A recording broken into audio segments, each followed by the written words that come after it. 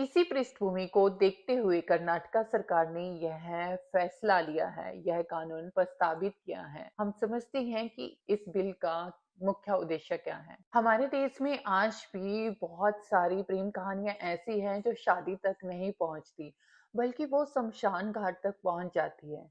आखिर ऐसा होता क्यों है? कभी-कभी एक सवाल पूरे समाज के सामने आईना बनकर खड़ा हो जाता है। अगर प्रेम दो इंसानों के बीच का एक स्वाभाविक रिलेशन है, या अगर दो लोग अपनी समझ, सम्मान और विश्वास के आधार पर अपनी पसंद से लाइफ पार्टनर चुनना चाहते हैं, तो फिर आज भी हमारे देश में कई कहानियां मंदिर या अदालत तक नहीं बल्कि शमशान घाट तक क्यों पहुंच जाती हैं?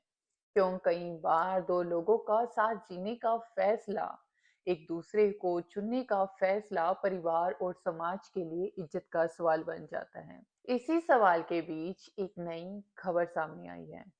कर्नाटका सरकार ने choice in marriage and prevention of crime in the name of honour bill नाम का एक कानून प्रस्तावित किया है। लेकिन यहाँ पर सवाल सिर्फ कानून का नहीं है, सवाल समाज का भी है। इस खबर को समझने के लिए हमें थोड़ा पीछे जाना होगा और देखते हैं कि ये कानून आखिर कहता क्या है। इस वीडियो को अंत तक जरूर देखिएगा और समझिएगा, और अपनी राय बताना मत भूलिएगा। सबसे पहले समझते हैं कि आखिर ये ऑनर किलिंग है क्या। ऑनर किलिंग यानी कि परिवार या समुदाय की कथित इज्जत बचाने के नाम पर जो हत्या की जाती है, अक्सर उसे ऑनर किलिंग कहा जाता है।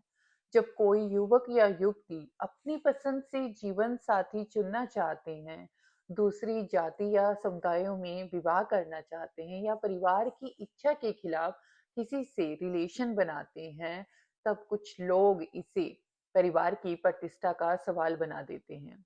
और यहाँ पर दुखद सच यह है कि ऐसे मामलों में हत्या करने वाले अक्सर उनके ही परिवार के लोग होते हैं, यानी कि जिन्हें हम बचपन से सबसे सुरक्षित मानते हैं, कभी कभी उन्हीं के हाथों सबसे बड़ा खतरा पैदा हो जाता है।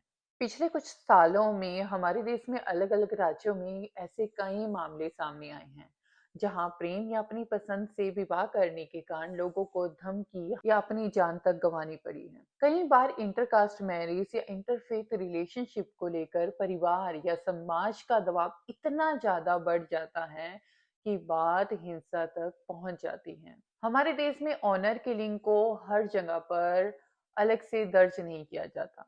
विशेषज्ञों का तो यहाँ तक मानना है कि असल घटनाएं एक्चुअल में दर्ज ही नहीं होती। आप इसके लिए हमारी वीडियो देख सकते हैं, जहां पर हमने इन घटनाओं के बारे में डिटेल में चर्चा की है। उसका लिंक आपको डिस्क्रिप्शन में या आई बटन में मिल जाएगा।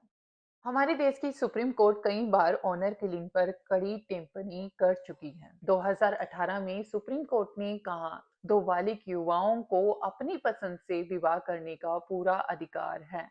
अदालत ने यह भी कहा कि कोई भी खाप पंचायत या सामाजिक समूह दो लोगों के विवाह में हस्तक्षेप नहीं कर सकता, और अगर ऐसा होता है तो राज्य की जिम्मेदारी है कि उस जोड़े को सुरक्षा प्रदान की जाए। इसी पृष्ठभूमि को देखते हुए कर्नाटका सरकार ने यह फैसला लिया है, यह कानून प्रस्तावित किया है। हम समझते हैं कि इस बिल का मुख्य उद्देश्य क्या है। ऑनर किलिंग को रोकना, अपनी पसंद से विवाह करने वाले जोड़ों को सुरक्षा देना और ऐसे अपराधों के लिए कड़ी सजा तय करना। इस प्रस्तावित कानून के अनुसार अगर कोई व्यक्ति या समूह किसी जोड़े को अपनी पसंद से शादी करने के कारण धमकाता है, हमला करता है या उनकी हत्या करता है, तो उस पर कड़ी कार्रवाई की जाएगी। इस कानून में कुछ महत्वपूर्ण बातें भी शामिल की गई हैं। नंबर 1, ऐसे अपराध करने वालों को आजीवन कारावास यानी कि उम्र भर की सजा भी हो सकती है। नंबर 2, बहुत गंभीर मामलों में मृत्यु दंड यानी कि फांसी तक का प्रावधान भी रखा गया है। नंबर 3, ऐसे मामलों में आसानी से जमानत नहीं मिलेगी, ताकि आरोपी तुरंत बाहर ना आ सके, और इन मामलों की जांच जल्दी पूरी करने की व्यवस्था भी की जाएगी, ताकि पीड़ितों को समय पर न्याय मिल सके। इस कानून का मुख्य उद्देश्य है ऐसे अपराधों को रोकने के लिए एक स्पष्ट और सख्त कानूनी संदेश देना। लेकिन यहाँ पर एक गहरा सवाल उठता है। अगर मैं आपसे पूछूं तो समाज में या इस पूरे ब्रह्मांड में सबसे सुरक्षित जगह किसे माना जाता है? अपने परिवार को।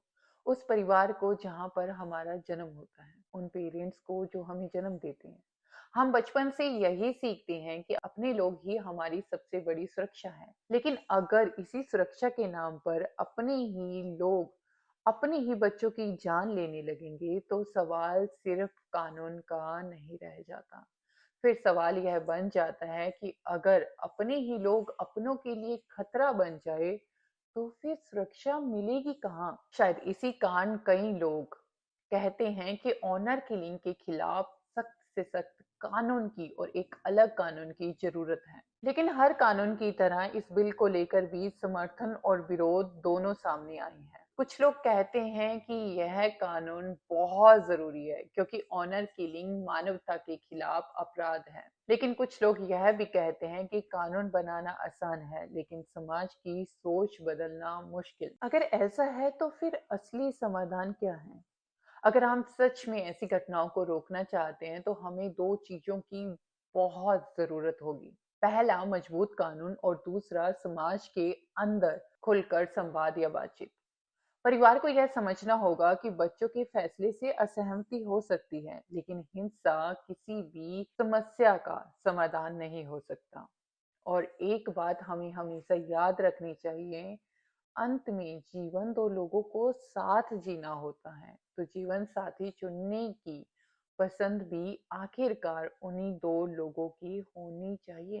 क्योंकि हर रिश्ता प्रेम से नहीं बनता, कई बार गहरी समझ, सम्मान, विश्वास और दोस्ती भी दो लोगों को जीवन भर साथ रखती है।